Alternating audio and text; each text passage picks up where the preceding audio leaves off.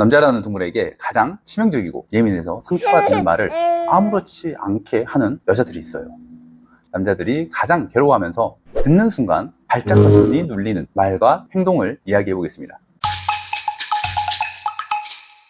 누군가를 대상으로 비교를 당한다면 당연히 싫어하면 싫어했지, 좋아하는 사람은 없다고 생각되잖아요. 하지만 남자는 비교를 하더라도 자신이 인정하는, 존경받을 수 있는 사람이나 직접적인 접점이 없는 현실감을 느낄 수 없을 법한 대상에게는 아무런 감정을 느끼지 않아요. 그런데 이 말을 반대로 해석해 본다면 남성 스스로가 생각해도 별로인 그저 그런 사람이나 주위에 직접 만날 수 있는 사람과의 비교에는 큰 괴로움을 느끼죠. 이럴 때 자존감이 떨어지고 반발이 일어나서 발끈하게 된다는 거예요. 특히 나이가 비슷하거나 처지가 비슷할 때 더욱 이런 기분을 들게 하는데, 남자나 여자나 예민한 성질의 말은 항상 조심해야 된다고 봐요. 남자는 현실적인 감각이 특출나게 발달되어 있고 누군가와 경쟁을 하고 있다는 심리에서 오는 압박감이 원인이라고 봅니다. 누군가와 비교하는 것도 문제긴 하지만 남자는 능력을 인정받으려는 인정 욕구가 아주 큰데, 인정은커녕 능력 자체를 폄하하는 경우는 더 크게 발달하기도 해요.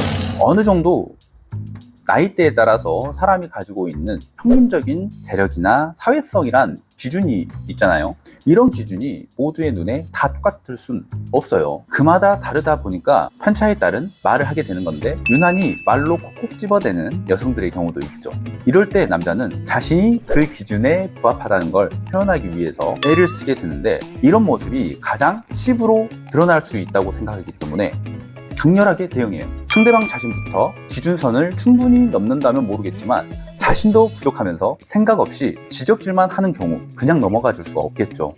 서로 헐뜯고 비아냥대는 수준까지 왔다면 관계는 파탄 날 거고 좋을 게 하나도 없다고 생각해요. 반대로 능력을 인정해주면서 자존감을 키워준다면 무엇이든 할 수 있다는 자신감이 생기고 더 큰 만족감을 얻기 위해서 굉장히 노력하는 면모를 보이게 됩니다. 남자들은 어렸을 때부터 적지 않은 폭력성을 보이기도 하고 직접 경험하기도 하면서 성장을 해요.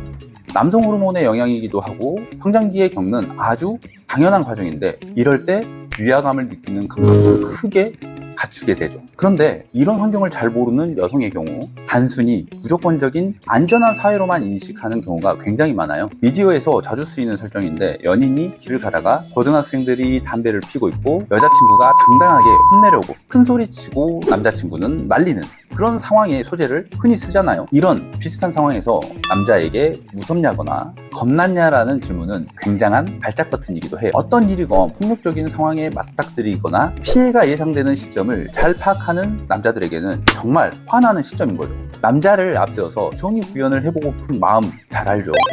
하지만 잘못하면 귀찮은 일에 휘말릴 수 있다는 걸 명심해야 해요. 오히려 남자가 나서기 전까지 그 상황을 최대한 조심하고 대비책을 생각해 놓는다면 남자들 사이에서도 굉장히 현명한 사람으로 인정하고 존중받을 수 있는 여성으로 봅니다. 마지막은 성적 욕구에 대한 이야기예요.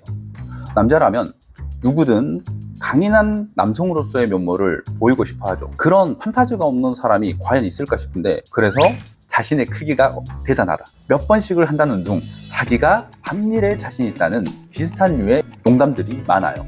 하지만 실제와 다르다는 건 여자들이 더 잘할 수 있다고 봐요. 남자 자신은 오직 자기 외에 얼만큼 대단한지, 자신 있는 건지 기준도 없고 솔직하게 알 수가 없거든요. 기껏해야 친구들이나 주변 사람들과 대화를 통해서 알게 되는데, 가장 대표적인 남성성의 상징이다 보니까 허풍을 떨면서 과장하는 사람들이 많아서 사실 신뢰도가 없는 이야기. 이런 이유로 정력이라는 기준은 자기 객관화하기가 굉장히 어렵다는 거죠.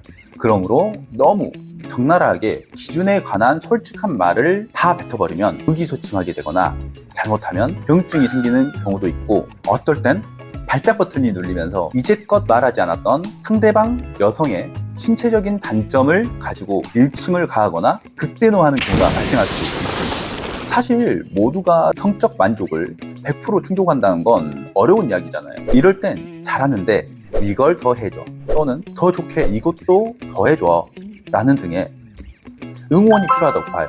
정말 안 맞는다면 이별하는 게 수준일 거고, 함께 맞춰갈 수 있다면 이렇게 보는 게 훨씬 유익해 보인다는 겁니다. 별 생각 없이 말을 뱉고 그 말로 인해 발작 버튼이 눌려서 관계가 깨지는 상황들이 많아요. 헤어지려고 마음먹고 하는 말이 아니라면 오늘 이야기한 상황들은 피해서 발작하게 만드는 일은 없어야겠습니다. 더 많은 정보를 보시려면 이어보기를 클릭해 주세요.